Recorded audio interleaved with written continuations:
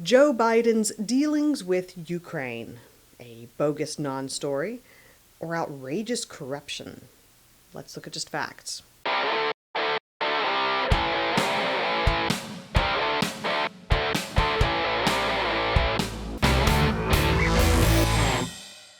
Recently, Politico reported a stunning revelation that has been ignored by most major media outlets.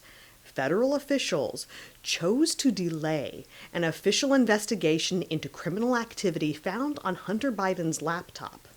Their reason? To avoid taking any actions that could alert the public to the existence of the case in the middle of a presidential election.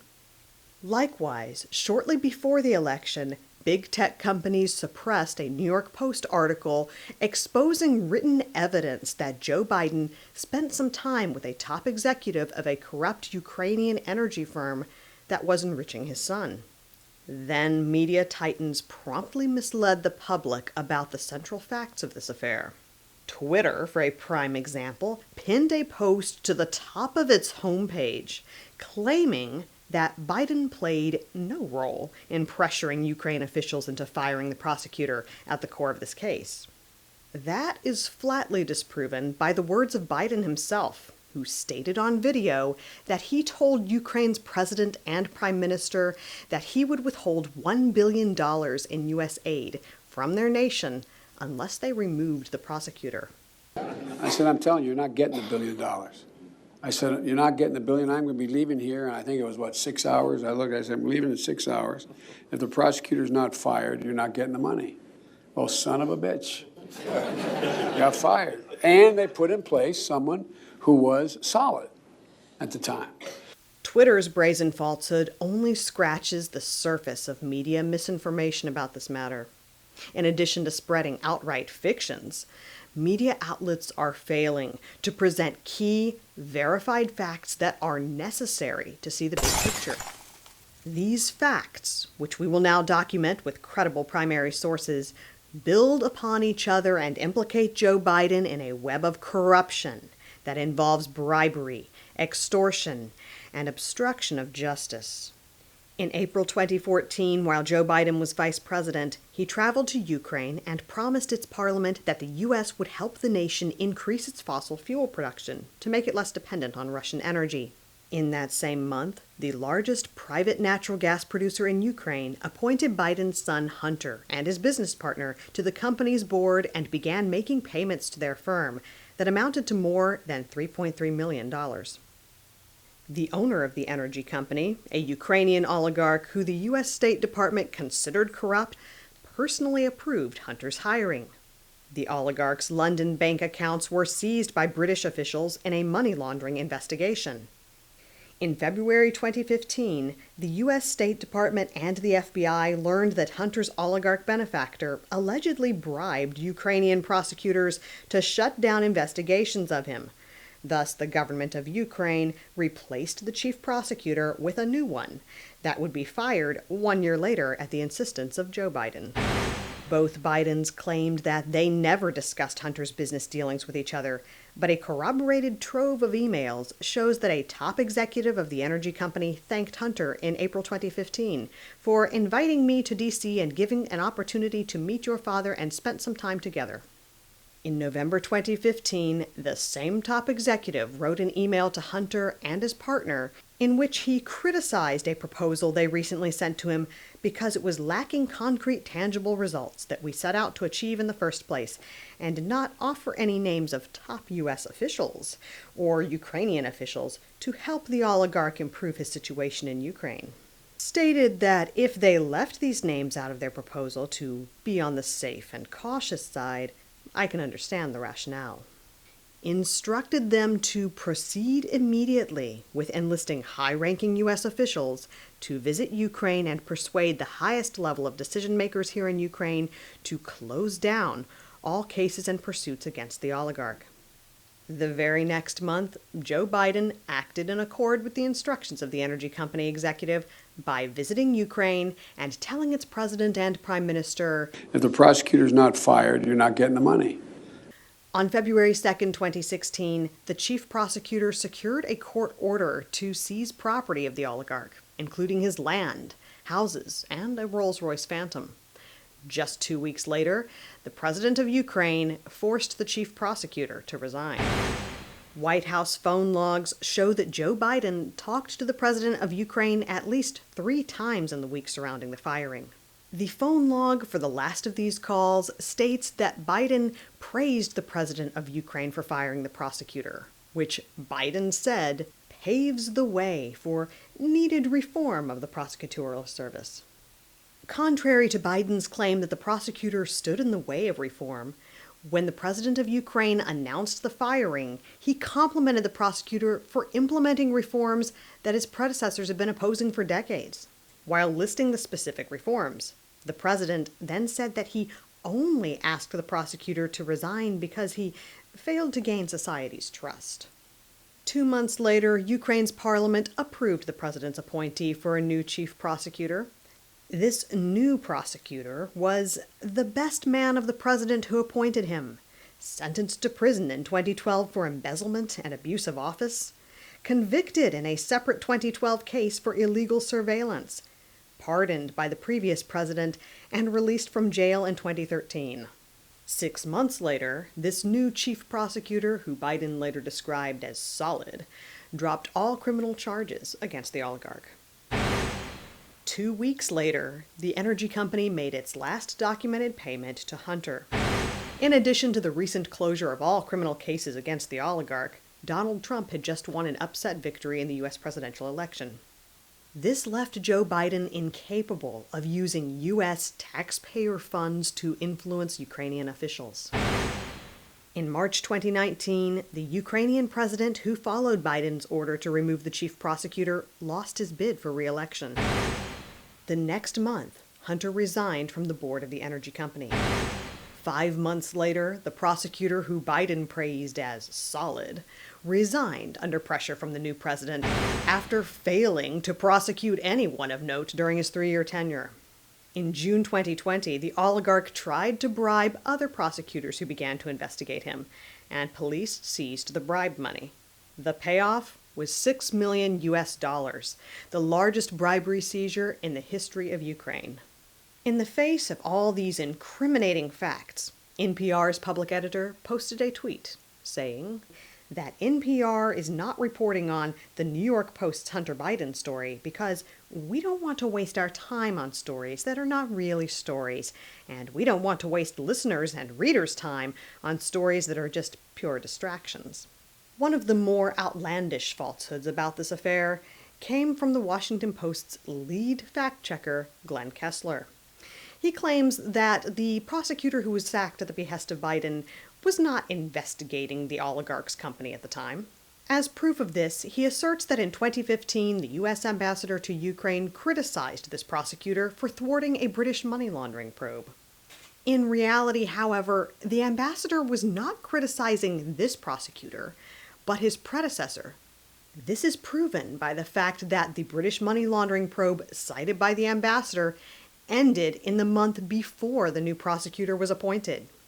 The London Guardian, the Financial Times, and the New York Times all reported that the probe ended before the new prosecutor was appointed, raising the question of how Kessler could honestly botch this fact. In a related article, Kessler scales up the rhetoric and claims the ambassador blasted the new prosecutor for openly and aggressively undermining reform and having undermined prosecutors working on legitimate corruption cases. However, the ambassador actually stated that corrupt actors within the prosecutor general's office did this, not the new prosecutor. Furthermore, in the very same speech that Kessler misquoted twice, the ambassador began speaking about the present and said, "We want to work with the new prosecutor and help him lead the fight against corruption." This further demonstrates that the new prosecutor is not the same person who the ambassador castigated. Twitter, in turn, invoked Kessler's bogus fact check to insist that the prosecutor was not investigating the oligarch's company at that time. Like Kessler, articles by CNN and Bloomberg take the ambassador's words out of context to make it seem like he was lambasting the new prosecutor instead of his predecessor. To the contrary, Court records, first-hand sworn testimony, and the words of a top executive at the oligarch's energy company show that the new prosecutor was indeed investigating the oligarch and Hunter at the time Joe Biden got him fired. Just 2 weeks before he was fired, the prosecutor obtained a court order to seize property of the oligarch, including his land, his houses, and a Rolls-Royce Phantom.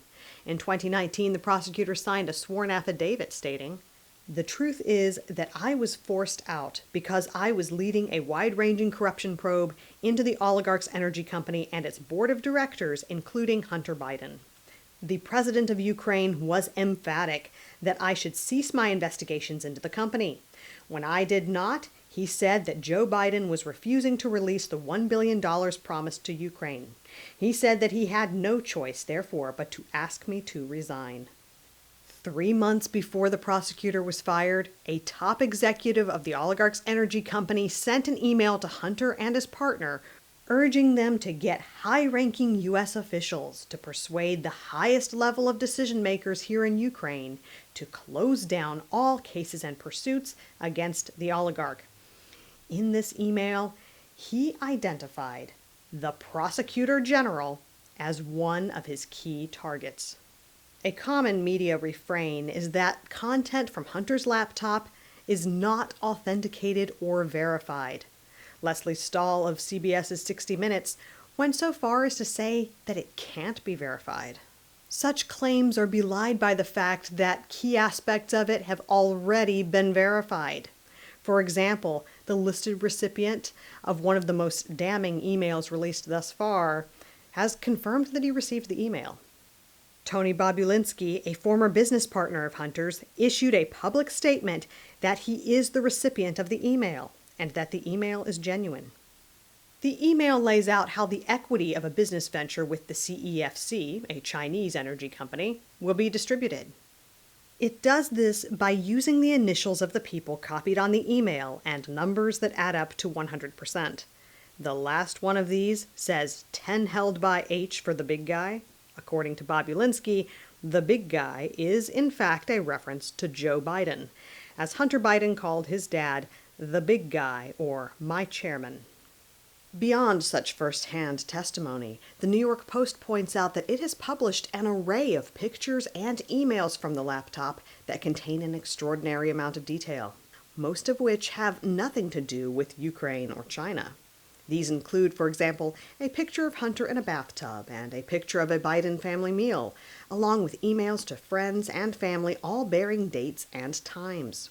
On their own and collectively, these confirmable details corroborate that these are Hunter's communications. Moreover, if any of these communications were fictitious, it would be easy to prove this by showing that other people copied on the emails and texts received something different. Yet no one has even claimed this is the case, much less presented proof of it. While ignoring all of the evidence that supports the authenticity of the laptop's contents, Joe Biden, Adam Schiff, and a group of government intelligence officials led by James Clapper are claiming that the contents of the laptop could be, or definitely are, Russian information. Yet, as Clapper and company admit, we do not have evidence of Russian involvement, just that our experience makes us deeply suspicious that the Russian government played a significant role in this case. That same group of people who are now invoking Russia previously spread demonstrable falsehoods that Trump and his team colluded with Russia in the 2016 election. These rampant accusations were disproven by a 2-year, $32 million investigation by an independent counsel. Per the report, we did not identify evidence that members of the Trump campaign or any U.S. persons conspired or coordinated with the Russian government. Furthermore, the Inspector General of the U.S. Department of Justice identified at least 17 significant errors or omissions in warrant applications that the Obama administration used to surveil people associated with the Trump campaign. The Inspector General also reported that he did not receive satisfactory explanations for these misleading warrant applications. Nevertheless, a range of broadcasts and publications by NBC, The Daily Beast, The New York Times, Business Insider, and Vox have given more airtime and credence to people who previously spread Russian-related misinformation than to the verifiable facts of this matter. Another common media canard is the uncritical parroting of this statement from Biden's surrogates. We have reviewed Joe Biden's official schedules from the time, and no meeting, as alleged by the New York Post, ever took place. However, Biden's official schedules are so incomplete, they are even missing official White House meetings. A prime example is an Oval Office meeting on January 5, 2017, in which Biden, Obama, and other administration officials discussed prosecuting Trump's incoming national security advisor. In summary, the documented facts of Joe Biden's dealings with Ukraine show that the following events unquestionably took place. In the very same month that Biden promised Ukrainian legislators that the U.S. would help Ukraine increase its fossil fuel production, his son Hunter began a lucrative deal with a Ukrainian natural gas company owned by a notoriously corrupt oligarch. Both Bidens claimed that they never discussed Hunter's business dealings with each other, but a corroborated trove of emails shows that Hunter brokered a meeting between his father and one of the gas company's top executives. Soon after, the same top executive ordered Hunter to get high-ranking U.S. officials to close down all cases against the oligarch. Joe Biden visited Ukraine and pressured its president to do just that. Moreover, he used U.S. taxpayer money to apply that pressure. 2 weeks after the chief prosecutor secured a court order to seize property of the oligarch, the president of Ukraine fired the prosecutor amidst multiple phone calls with Joe Biden. The Ukrainian president then appointed a new chief prosecutor who was recently let out of jail and who quickly dropped all criminal cases against Hunter's oligarch benefactor. Joe Biden later called this prosecutor solid. 2 weeks after the criminal cases against the oligarch were dropped, the energy company made its last known payment to Hunter. After Biden's solid prosecutor failed to prosecute anyone of note during his 3-year tenure, he was replaced by a new prosecutor who began to investigate the oligarch. The oligarch then attempted to bribe people in the prosecutor's office with $6 million. While failing to report those key facts, major media outlets are spreading conspiracy theories, half-truths, and brazen falsehoods that hide what occurred. I'm Amanda Reed Sheik, here with Just Facts. For thorough documentation of every fact in this video and more facts about this issue, read the article Media Titans Subvert Reality About Biden-Ukraine Profiteering at justfactsdaily.com.